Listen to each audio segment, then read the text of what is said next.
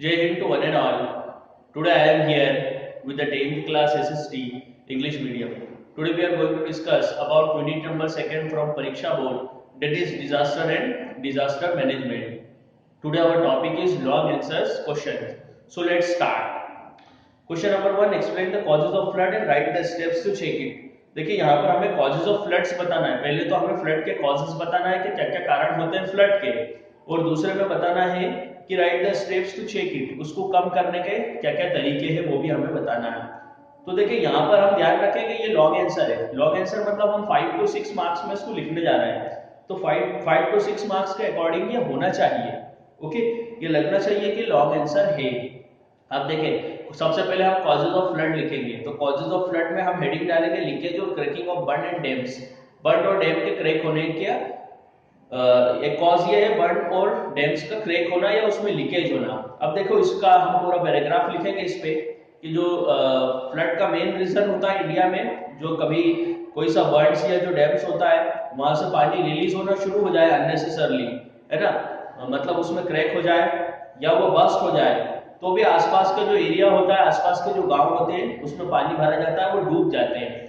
ऐसा old dams के कारण होता है, मतलब जो डैम्स पुराने बने हुए हैं जिनकी मरम्मत नहीं हो सकी ठीक से, तो वहां पर ये प्रॉब्लमेटिक सिचुएशन होती है। क्वेश्चन सेकंड है deposits at the bottom of river. River के बॉटम में डिपोजिशन। देखिए वाटर की अगर हम बात करें तो जो हिमालयन रिवर से फ्लो होता रहता है लार्ज क्वांटिटीज में अपने साथ में सॉइल को लेके आता है। अब जब ये सॉइल हिमालय से जब नीचे जमीन पे आ रही होती है, मतलब प्लेन सरफेस पे आ रही होती है, तो ये अपने आप को डिपॉजिट्स करना शुरू कर देती है। या कभी कभी क्या होता है कि जो सी कॉस्ट होता है, जब जो नदी होती है वो समुद्र में मिल रही होती है, तो सी कॉस्ट पे अपने आप को डिपॉजिट्स कर देती है। तो ये जो डिपोजिशंस है, इस डिपोजिशंस के कारण भी फ्लड वगैरह की सिचुएशन बन जाती है। ओके, क्योंकि जो सरफेस होती है मतलब जो नीचे रिवर्स है, वो रिवर्स में वो डिपॉजिट हो जाती है, तो डिपॉजिट्स होने के कारण जो पानी है वो भी ऊपर आ जाता है, तो इस तरीके से भी फ्लड की सिचुएशन बन जाती है। फिर हम बात करेंगे लैंडस्लाइड की। माउंटेनियस रीजन्स में जो रिवर्स है वो फ्लो होती रहती है, तो लैंडस्लाइड के कारण ब्लॉक हो जाती है और इस तरीके से वाटर रिजर्वायर बन जाता है। ओके, तो ये भी कहीं ना कहीं फ्लड की सिचुएशन का कारण है, इससे भी फ्लड आ सकती है। फिर इसके अलावा यदि हम माउंटेनियस रीजन की बात करें तो वहां पर ट्रांसपोर्टेशन और कम्युनिकेशन को डेवलप करने के लिए या रोड को कंस्ट्रक्ट करने के लिए हम लोग डिफॉरेस्टेशन कर रहे हैं, तो इस अनकंट्रोल्ड डिफॉरेस्टेशन के कारण भी कहीं ना कहीं वहां पर जो फ्लड है उसकी सिचुएशन बन रही है। देखिए हिमालय रीजन के अंदर 60 क्यूबिक मीटर सॉइल को रिमूव करना पड़ता है 1 किलोमीटर के कंस्ट्रक्शन के लिए। तो आप मानिए कि अभी वहां पर 50,000 किलोमीटर का रोड कंस्ट्रक्ट हो चुका है, तो कैलकुलेट करके देख लीजिए कि हमें कितने क्यूबिक मीटर सॉइल को निकालना पड़ गया है। तो इससे भी फ्लड की सिचुएशन पैदा हो रही है। Now steps to stop flood. अब अगर हमें फ्लड को चेक करना है, उस पर कंट्रोल करना है, तो क्या क्या करेंगे हम। Many reservoir can be made on the upper areas of river.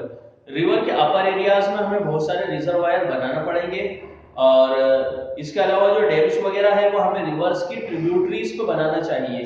Okay, और इसके बाद में डेंस प्लांटेशन हमें लगाना चाहिए रिवर के अपर कैचमेंट्स के ऊपर। अगर प्लेन एरियाज की बात करें तो प्लेन एरियाज में जो वाटर है उसको रिजर्वायर में स्टोर किया जाना चाहिए।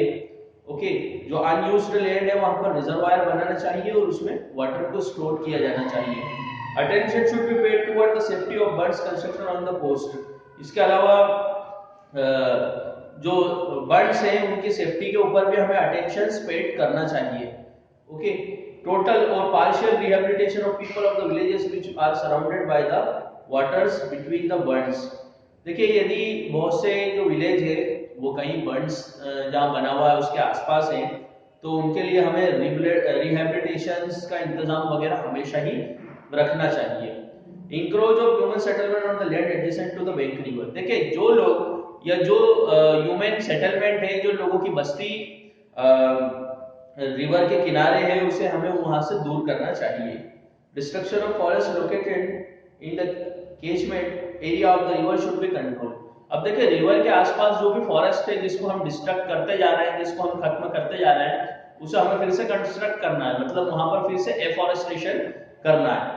Landslide can be controlled by ensuring only immediate use of explosive for control construction of roads in hilly areas. देखिए हिली एरियाज के अंदर अगर हमें रोड को कंस्ट्रक्ट करना है तो जो एक्सप्लोसिव का इस्तेमाल करना है उसका बहुत कम से कम इस्तेमाल करना है नहीं, और यदि हम एक्सप्लोसिव का कम से कम इस्तेमाल करेंगे तो लैंडस्लाइड कंट्रोल हो सकते हैं, अन्यथा लैंडस्लाइड इससे एक्सप्लोसिव से भी होते हैं। Okay, now question second, write any 4 measures to prevent domestic fire. Domestic fire को प्रिवेंट करने के लिए हमें बहुत सी मेजर्स लेना है। देखिए वो मेजर्स क्या क्या है। Do not keep highly inflammable matter in the house. घर के अंदर हमें हाईली इन्फ्लेमेबल मैटर नहीं रखना है, जैसे पेट्रोल, डीजल, केरोसिन, ये जो भी हाईली इन्फ्लेमेबल मैटर्स है वो हमें घर के अंदर नहीं रखना है। दूसरी चीज, do not put many electrical gadget in one socket. एक ही सॉकेट के अंदर, मतलब एक जो इलेक्ट्रिकल सॉकेट है उसके अंदर हमें बहुत सारे इलेक्ट्रॉनिक गैजेट्स वगैरह नहीं लगाना है। हमें एक इलेक्ट्रिक सॉकेट का इस्तेमाल एक या दो चीजों को चलाने के लिए करना चाहिए। हमें थ्री पिन या 4 पिन लगा के उसके अंदर बहुत सारे गैजेट्स वगैरह चलाने की कोशिश नहीं करना चाहिए, क्योंकि इससे भी शॉर्ट सर्किट हो सकता है और बाद में ये फायर का कारण बन सकता है।